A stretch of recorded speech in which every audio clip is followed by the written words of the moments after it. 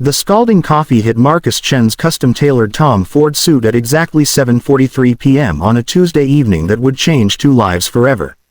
As the dark liquid spread across his chest like an accusation, the entire restaurant fell silent. 47 pairs of eyes turned to witness what everyone assumed would be a catastrophic meltdown, the kind of scene that gets recorded on smartphones and goes viral by morning. But what those diners didn't know, what the trembling young waitress clutching the empty carafe didn't know, was that the man now dripping with their signature Brazilian blend was Marcus Chen, the 34-year-old owner of Lumineer, the most exclusive restaurant in downtown Chicago. And what Marcus didn't know was that this moment of humiliation, this public disaster on what was already shaping up to be the worst blind date of his life, would become the most important 60 seconds of his entire existence. Sarah Mitchell had been working at Lumineer for exactly 3 weeks, and in those 21 days, she'd learned to navigate the treacherous waters of high-end dining with the determination of someone who had everything to lose. At 26, she was juggling 2 jobs, night classes at community college, and the care of her 12-year-old brother ever since their mother's cancer diagnosis had turned their world inside out. The waitressing position at Lumineer paid 3 times what she'd made at the diner on 5th Street, and she needed every penny. Medical bills didn't care about exhaustion or the blisters forming on her feet from 10-hour shifts in shoes she couldn't quite afford to replace. That evening, Sarah had been assigned to the corner section, the tables reserved for VIP guests and first-time diners that management wanted to impress. Table 12 had been occupied by a striking man in an expensive suit, the kind of guest who could make or break a server's night with a single tip. He'd been sitting alone, checking his phone with increasing frequency, his expression shifting from hopeful to resigned as the minutes ticked by. Sarah had felt a pang of sympathy. She recognized that look, the look of someone waiting for something that wasn't going to happen. When a woman finally arrived 45 minutes late, Sarah had watched the interaction unfold with the careful observation of someone trained to anticipate needs. The woman was stunning, model gorgeous with platinum hair and designer everything, but there was something cold in the way she'd barely glanced at the man before launching into a monologue about her day. She didn't apologize for being late. She didn't put down her phone. And when she ordered the most expensive item on the menu without looking at the prices, Sarah noticed the man's jaw tighten almost imperceptibly. "Could I get a coffee?" the woman had said, not asked, her eyes still on her phone screen. "Make it hot, really hot. I'm exhausted." Sarah had nodded, hurrying to the beverage station where the industrial coffee maker hissed and steamed like a temperamental dragon. She'd been thinking about her brother's math homework, about the electricity bill due in 3 days, about whether her mother had remembered to take her medication, when her foot caught on something, a briefcase someone had carelessly left jutting into the aisle. She stumbled, and the world shifted into slow motion. The carafe of freshly brewed coffee, heated to exactly 190 degrees Fahrenheit per restaurant protocol, flew from her hands in a perfect arc of disaster. It wasn't the woman who got drenched. In a twist of cruel fate, the man had stood at that exact moment, perhaps to excuse himself from what was clearly a disastrous date, and the coffee hit him square in the chest. The sound he made, a sharp intake of breath, was followed by absolute silence. Sarah's world imploded. Her hands flew to her mouth as she watched the dark stain spread across the white dress shirt, the expensive suit jacket, the silk tie that probably cost more than her monthly rent. "Oh my God," she whispered, then louder, "Oh my God, I'm so sorry. I'm so sorry." The man looked down at himself, then up at her. His face was unreadable, but Sarah could see the wheels turning, could imagine the lawsuit, the firing, the end of everything she'd been working so desperately to build. Her vision blurred with tears she absolutely could not afford to shed in front of the diners, the staff, the manager who was already rushing over with the expression of someone witnessing a career-ending catastrophe. "Sir, I apologize profusely," Richard, the floor manager, began, his voice tight with barely controlled panic. "We will of course cover all cleaning costs, and your meal tonight is entirely." "It's fine," the man said quietly. His voice was steady, calm, completely at odds with the disaster unfolding across his torso. He looked directly at Sarah, and she saw something unexpected in his eyes. Not anger, not fury, something softer. "Accidents happen. But sir, your suit," Richard continued. "As a suit," Marcus finished. "It's just fabric. No one's hurt. That's what matters." He turned to Sarah, who was still frozen in horror, her hands shaking so violently she had to clasp them together. "Are you okay? Did any of the coffee splash back on you?" The question was so unexpected, so completely wrong given the circumstances, that Sarah could only stare. What? Your hands," Marcus said, gesturing. "That coffee was hot. Did it burn you?" "I'm fine," Sarah managed, though she wasn't.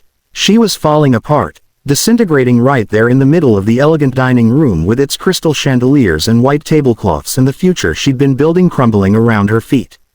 "Sir, please, I'll pay for the cleaning, the suit, whatever it costs. I can set up a payment plan. I just need this job, and I'm so sorry, I've never." "Hey," Marcus said gently, and the kindness in his voice nearly broke her. "Breathe. It's going to be okay." But it wasn't going to be okay. Sarah could see Richard's face, could see the calculation happening behind his eyes. She was the newest server, the most expendable, the one who'd just created an incident that could result in a lawsuit. She knew how this worked. She'd be fired, blacklisted, unable to get another restaurant job in the city. The medical bills would pile up, her brother would suffer, her mother would worry, and it would all be because of one stupid moment of inattention. "I think you should leave," the woman at the table said suddenly, her voice cutting through Sarah's spiral of panic. She was looking at Sarah with unconcealed disgust. "This is absolutely unacceptable. Do you know who you just assaulted with boiling coffee? Do you have any idea?" "Jessica," Marcus said, and there was a warning in his tone. "No, Marcus, this is ridiculous. You could be seriously burned. This waitress clearly has no business working in an establishment like this." She turned to Richard. "I want her fired. Immediately." The restaurant had gone from silent to absolutely airless. Sarah felt the weight of every gaze, every judgment. Her chest constricted with the kind of panic that made breathing feel impossible. She'd been so careful, so meticulous, trying so hard to prove she belonged in this world of expensive wine and courses that cost more than her weekly grocery budget. "That won't be necessary," Marcus said, and something in his voice made Richard straighten. "Richard, could you bring me a clean shirt from my office?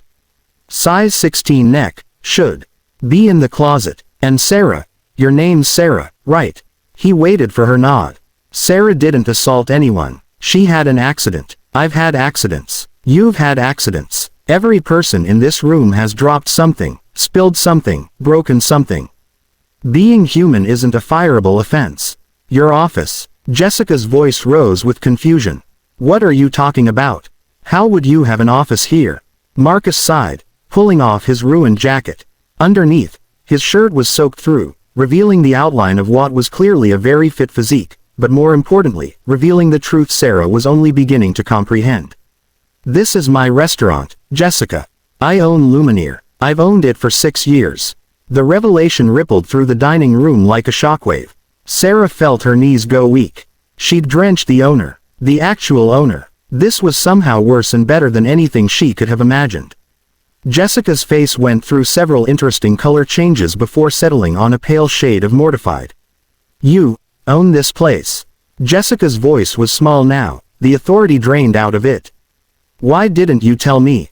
You were 45 minutes late and haven't looked up from your phone since you arrived," Marcus said matter-of-factly. "When would I have mentioned it? Between you telling me about your ex-boyfriend's boat or explaining why you only date men who make 7 figures. He turned to Richard. "That shirt. And please make sure Sarah gets a break. She looks like she's about to faint." Richard hurried away, and Marcus gestured to an empty chair at a nearby table. "Sit," he told Sarah. "Before you fall down." She sat, because her legs weren't interested in holding her up anymore. "I don't understand," she whispered. "Why aren't you furious?" Marcus pulled out the chair across from her, sitting down despite his soaked clothing. Around them, diners were pretending not to watch while absolutely watching every moment of the unfolding drama.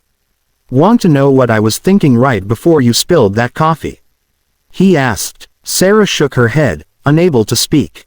"I was thinking about how I'd built this entire empire. 3 restaurants, 2 bars, a catering company. And I was sitting across from someone who couldn't be bothered to show up on time or put down her phone for 5 minutes. I was thinking about how I've spent the last 5 years focused on success, on expansion, on profit margins and Michelin stars, and somehow I'd forgotten why I started cooking in the first place. He smiled, and it transformed his entire face. My grandmother used to say that how someone treats service workers tells you everything you need to know about their character. She worked as a dishwasher for 30 years. Raised me when my parents died. Sarah felt tears spilling over, unable to stop them anymore. I'm still so sorry. About your suit. About ruining your date. My suit will be fine. And that date was ruined the moment she showed up and treated you like you were invisible. Marcus leaned forward, his expression serious. Can I ask you something? Why do you work so hard? Richard tells me you've never been late, never complained, always volunteer for extra shifts. What are you working toward? The question cracked something open inside Sarah, and before she could stop herself, the truth came pouring out. She told him about her mother, about the cancer that had drained their savings and her mother's spirit. About her brother, brilliant and funny and 12, who deserved better than dinners of ramen noodles and a sister too exhausted to help with homework.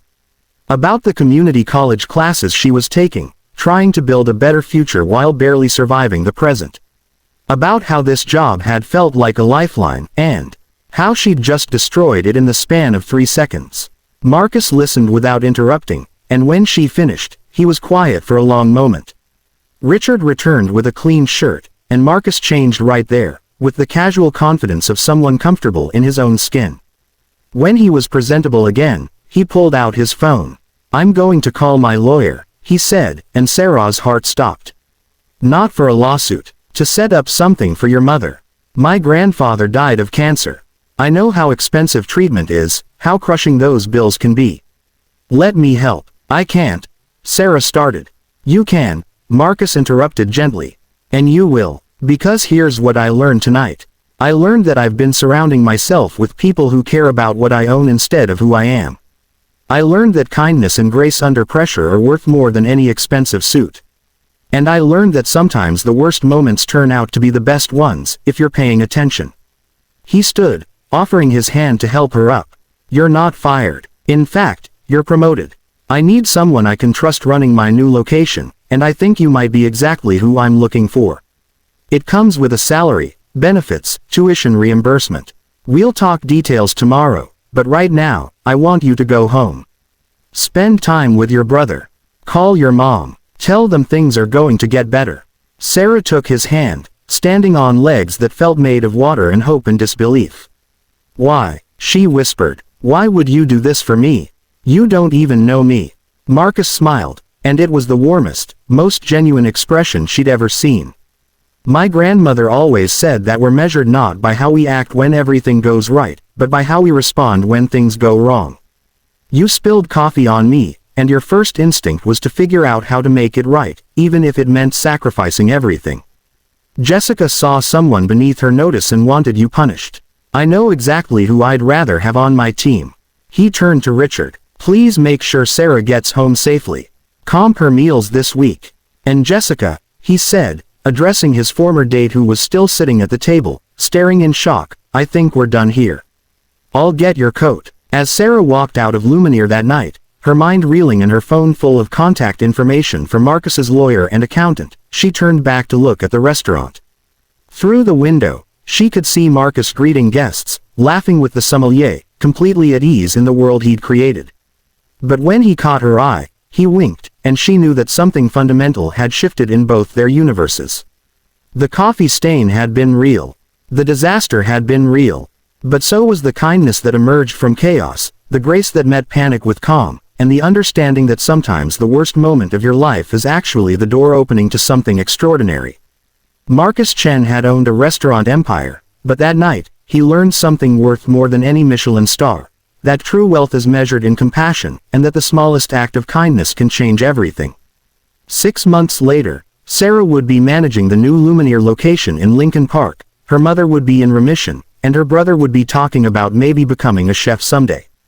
And Marcus would be sitting in that same corner booth, no longer on a blind date, but having coffee with Sarah, discussing expansion plans and laughing about the night that changed everything. The night a spilled cup of coffee proved that sometimes the universe has a funny way of bringing the right people together, even if it takes a minor disaster to make it happen.